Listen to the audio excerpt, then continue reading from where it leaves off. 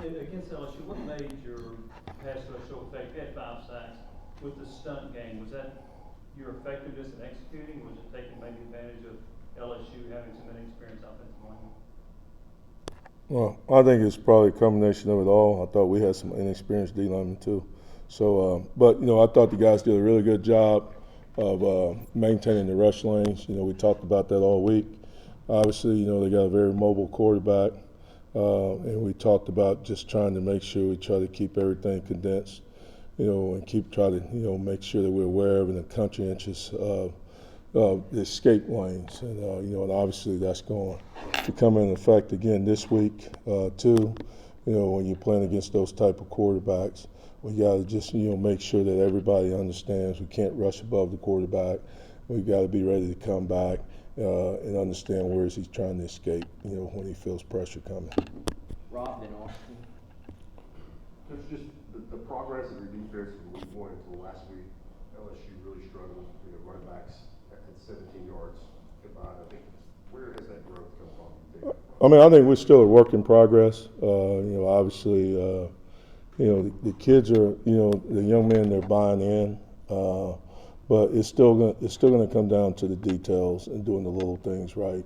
Like I tell them, the reasoning behind all the madness and the things that we put them through and the things that we try to stress, is for moments like this, because every week it's going to get better. It's going to get bigger, and the fundamentals are going to come into play, and it's going to come down to the team that makes the fewest mistakes.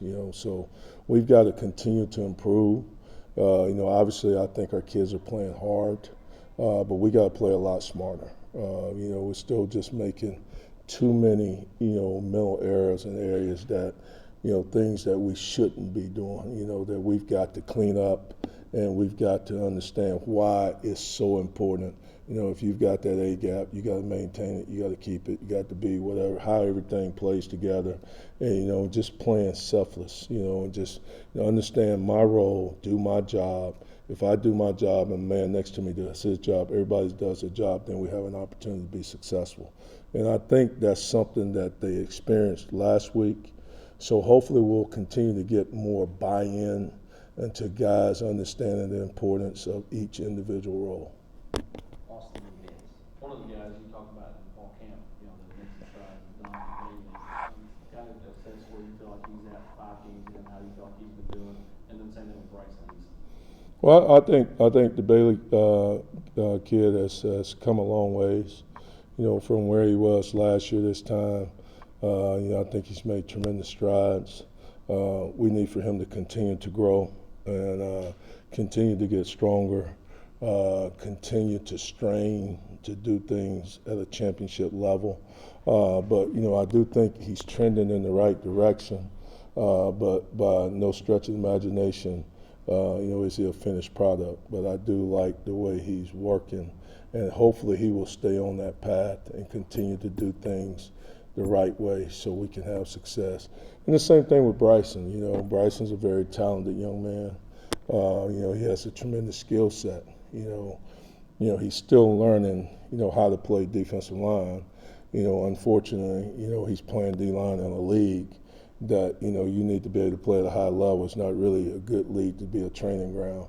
But he's a kid that came as a linebacker, prior to us getting here, and I think we dabbled with him last year at end, and obviously you can see his body. His body is more inclined to be an interior guy, which you got to be built to be a tackle, in this league, and mentally and physically. So just getting him to understand the mental aspect of having that mentality where he's going to go in and battle and strain and fight 300 pounders plus pounders every single snap. That's something that he has to embrace, and just understand that he can be really good at it if he will fix some of the nuances that he needs to work on, just fundamentally. So we just got to continue to move the needle in the right direction with all the guys, not just those two. I mean, every guy in the room, we got to continue to get better. And obviously we got to coach them better too. I ask you about a couple of guys separately. One, you had talked about the development that you wanted to see from Amari Thomas and that leadership aspect as well as the production to go with it. What kind of season do you think Amari's had? Well, I think Big O is, being consistent, but, obviously I think, if you talk to Big O, he'll tell you too that there are a lot of things that, he's got to fix, obviously he's got to continue to work on being a natural knee bender.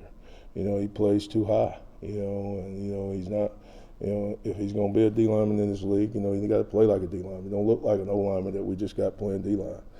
So, it's just, but, he's a tremendous young man that wants to please you and wants to do things the right way. I definitely think he's totally bought in to what we're trying to do here. But now he's got to fix the things as far as, playing with better pad level, playing with better knee bend, not being a waist bender, just being more heavy-handed and striking and just being more disruptive. I mean, that's not just him. DJ's got to do the same thing. Prime's got to do the same thing. Like I stressed to them, we need big guys to play big. We don't need big guys to play small. We could just go out and get a small guy. That's what we're going to get. So we need a big guy to play big. And what are you seeing from Tyler Barron? Tyler's just got to continue to grow. And obviously, we're moving Tyler inside a lot on third down situations. Just trying to, take advantage, of some of the things that we feel that his talents are stronger at. Like I told him, I look at him a lot like, Marlon Davidson, the kid I had, at Auburn, a strong side defensive end. Obviously on third down, you like to be able to move him inside, try to create some mismatches, on some pass rush situations. And I think he's buying more into that. And obviously, it's got to be a mindset there too for him. Tyler, same thing.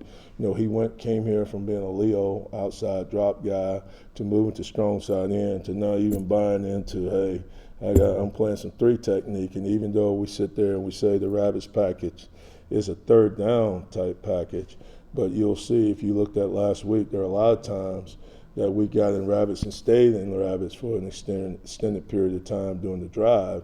So they've got to be able to play first and second down too. And, obviously there's not an opportunity to rush the quarterback if you don't play good on first, second down and limit the runs. Last two, Wes, Brent. Rodney, those of y'all on the staff who have been around, championship caliber football before, how do you kind of find that line telling your players, guys, it's good that you're playing better and this looks good, but there's still a long way to go here? Well, one thing I always tell the guys, it's 3 things that don't lie, all right? That's the film, that's the mirror, and that's the Bible. When they sit there and look at that film, no matter what they tell me or what they tell their parents, the film don't lie, all right? So obviously I think it's very evident to everybody that we have to continue to improve. And when you're playing an opponent, like Alabama and Coach Saban, it doesn't matter, who he loses from a player standpoint or from a coach's standpoint. They're sort of like a Mercedes-Benz plant. That assembly line, everything that rolls off of it is a high-quality product. So, we've got to be high quality so we can even just go out there and compete with them. So, so we got to be conscientious of our pad level. We got to be conscientious of our footwork. We got to be conscientious of our eyes, our hat placement, pad level. That's when all those little things, they matter. I mean, you're not, Alabama's not going to beat themselves. I mean, you got to go out there and you have to strain and you have to play well. And that's the only way to be competitive. So, obviously, it's good to be able to make corrections, coming off the LSU game. Obviously there were a lot of things that we did that we needed to clean up. And obviously it's easier to clean it up, when you're coming off of a win. I think people are a little bit more receptive and I think they received the message a little bit better than if you were trying to clean it up with the loss. So I think these guys are seeing it, they're understanding it, that we've got to get better. And and unfortunately, we don't have a whole lot of time. It's just every week. I told them we want to keep our head down like that mule that's out there plowing that row. And we don't want to look up. All we care about is keep our eyes down on that row, and we're just going to keep focusing on that. And let's just try to get better day by day. You know, each practice, each game, and let's just see where this thing could be in the end. Really quickly, Brent. Rodney, even going back to the Pittsburgh game, you made a pretty clear commitment, it looked like, to play 12 guys, and you're playing 12 defensive linemen on a regular basis. How beneficial is that, and what kind of commitment do you have to make to play those 12 guys, even though there's growing pains with some of those young ones who are learning as they go, like the Tyree West and Joshua Joseph and those guys? Well, you know, obviously, you know, with the number of how fast our offense plays and the number of snaps that we're playing, you know, it's important that you try to keep the guys fresh. For me, you know, I just think that if we get out there, if we ever run out of gas, you know, we can't refuel them in the game. It's just like an airplane. If an airplane runs out of gas up in the air, it's over, right? So, you know, ain't no refueling. So, you know, I'm just trying to keep the guys fresh, because obviously we do have a standard of how we want to play, you know, how we want to run to the ball. We want to play with relentless effort. We want to strain. We want to do all those things. So we want to be able to play the fourth quarter like we played the first quarter. Well, we have no chance of doing that if we empty the tank. So we got to, you know, keep the guys fresh, and then also, you know, just for morale, if a guy knows that, hey, if I'll go out and I'll practice and I'll bust my butt and I'll try to do things the right way, do things the Tennessee way, then I'm going to have an opportunity to get to play on Saturday. Hopefully now you're going to get a better quality of practice, you know, because they're going to be able to get that reward on Saturday, because they all want to play. None of them want to practice, but they all want to play. So, you know, so that's the nugget, you know, you try to dangle in front of them. Hey, man, if you want to play, you got to earn the right. You know, it's nothing that's given to you, you know.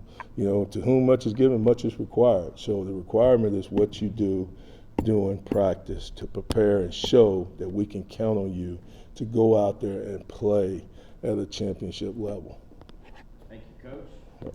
Yeah, thank y'all.